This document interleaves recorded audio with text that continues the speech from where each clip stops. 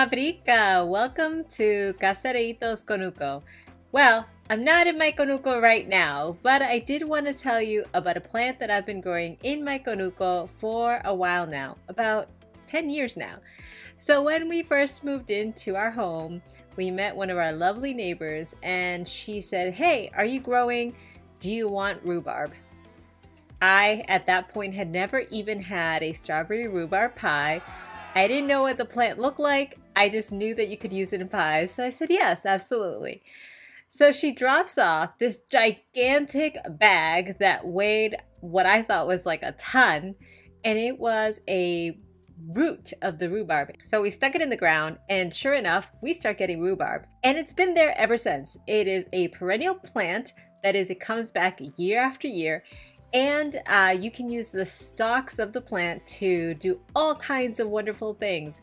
Strawberry rhubarb pie, rhubarb tarts, rhubarb squares, rhubarb jam, you name it, you can do it.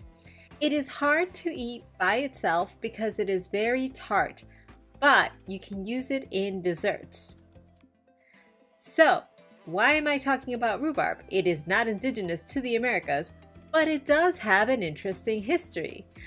For many of us indigenous peoples, we believe that plants are medicine. And sure enough, rhubarb is a medicine. So rhubarb has an interesting history. Starting 5,000 years ago, it was used as medicine by the ancient Chinese. The roots were used as a mild laxative. So how did it get to the Americas? Well, first it made the trek to Russia, and from there that's how it got to Europe, and eventually around the 17 or 1800s it got to the Americas, where they were finally able to start growing it.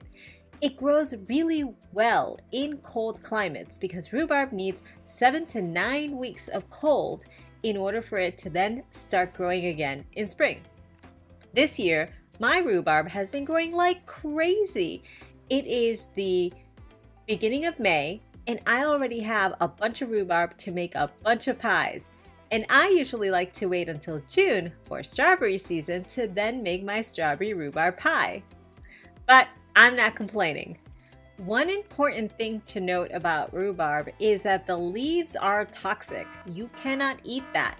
So if you're going to do anything with rhubarb, you simply pick the stalks and chop off the leaves. Do not eat, do not put in teas, do not do anything with them. So how do you know when rhubarb is ready? Well, you can usually tell because the stalks are super tall and the leaves are gigantic, bigger than my face.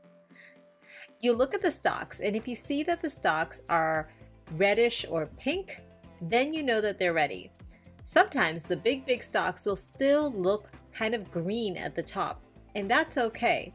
So what you do is you put your hand at the very root or bottom of the stalk and you give it a little tug. The plant will tell you if it's ready to be picked. If it's ready, it'll come right off. But if it's not ready, just let it go. In a few weeks, it will be ready. You also have to watch out because in between those big stalks, you might find some little baby ones growing. Try to avoid picking the big stalks if it's too close to a baby one, because you might yank that one up by mistake. So rule of thumb is the redder the stalk, the sweeter the rhubarb will be, the less acidic it will be. And that's why you want to go for those when you're making your sweets. In the end, rhubarb really is a kind of hands-off plant. It automatically grows every year and I highly recommend that you grow it. You just need a little bit of space because as you can see, they grow really big.